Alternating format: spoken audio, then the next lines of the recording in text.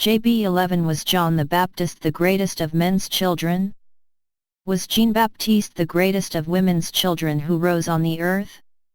This question arises because of a text of Jesus who says it himself, "Truly I say to you, among the children of women, it has not arisen greater than John the Baptist is," in Matthew chapter 11, verse 11.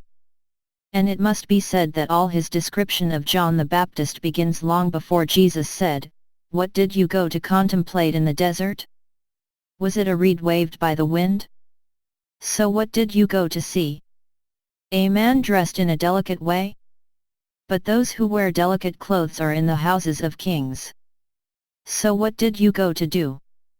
Did you go to see a prophet? Yes, I tell you, and more than a prophet. This is the one of which it is written, Behold, I send my messenger ahead of you to prepare the way before you." And this is where Jesus says that he is the greatest of women's children. What does it mean? In fact, we can consider human beings in many ways. But when Jesus speaks of it, obviously, he speaks of salvation. What interests him is not the greatest scientists. In this respect, perhaps it is Albert Einstein or perhaps Aristotle. Neither are they. That is not what Jesus looks upon, the greatest of the conquerors of the earth. No. He looks at the one who, from the point of view of salvation, has brought the most. Only there are two ways, I would say, to relate to this salvation. There are those who prepare salvation, and that's what we call women's children. It means that it comes from humanity carried by a grace, of course, a call from God. But a humanity that works by itself, by its own research. And then, there are among human beings, those who inhabit the kingdom of heaven. That means, those who speak of realized salvation, hence from Jesus Christ. And that will be the subject of the next video. So in terms of, I would say, what nature can do regardless of the sanctifying grace that brings in supernatural life with the Holy Spirit. I say, what Jean-Baptiste wears is not totally foreign to grace. There is an attraction of God, but all the same, it is not directly carried by the presence of the Holy Spirit, supernaturally, in his heart, as it will happen, with the baptism of Jesus. Well, John the Baptist is the greatest, and truly without hesitation. In the first place, it is inwardly what the Old Testament has produced nobler than knowing that his justice, his love of the truth, even if he sacrifices his own life, is intense and first. His mercy, his compassion for poor sinners, is the greatest. It is greater than that of Buddha, who considers that men, we must help them because they are part of a great whole. John the Baptist, meanwhile, he helps poor sinners. He baptizes them with the water of baptism, the forgiveness of God, and because he looks at their desire to regret their sins and offers it to God.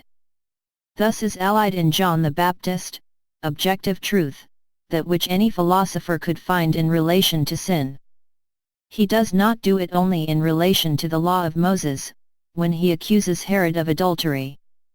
Anyone would know that one does not steal the wife of his brother like that. Aristotle could have spoken the same, except that Jean-Baptiste it is at the price of his life that he says it. It is also he, John the Baptist, who, identifying the Pharisees in their pride, it is not because they are Pharisees, it is because they are notable, is able to show the deep perversity of their hearts, who comes from this pride and puts them so far from God. Well, he is not mistaken. Jesus Christ, who is God made man, will speak in exactly the same way of the Pharisees. It means that by his natural search, by the support of the old scriptures, John the Baptist came to the same conclusion as the Messiah himself, God made man. He does not judge sin first by sexual impurities, as the Pharisees do, but by pride that is not seen. That's what Jesus does. On the other hand, with regard to the sins of weakness, the poor sinners, there he welcomes them, he consoles them with forgiveness. so it is what is greatest in what humanity has produced.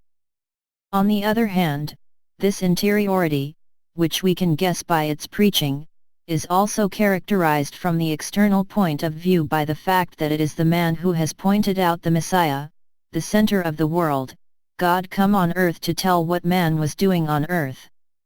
So the interiority so great, yet natural, that does not give salvation. John the Baptist cannot give salvation, he prepares salvation, he is the voice that cries in the desert, prepare the way of the Lord, also corresponds and joins the coming of salvation, in the Messiah.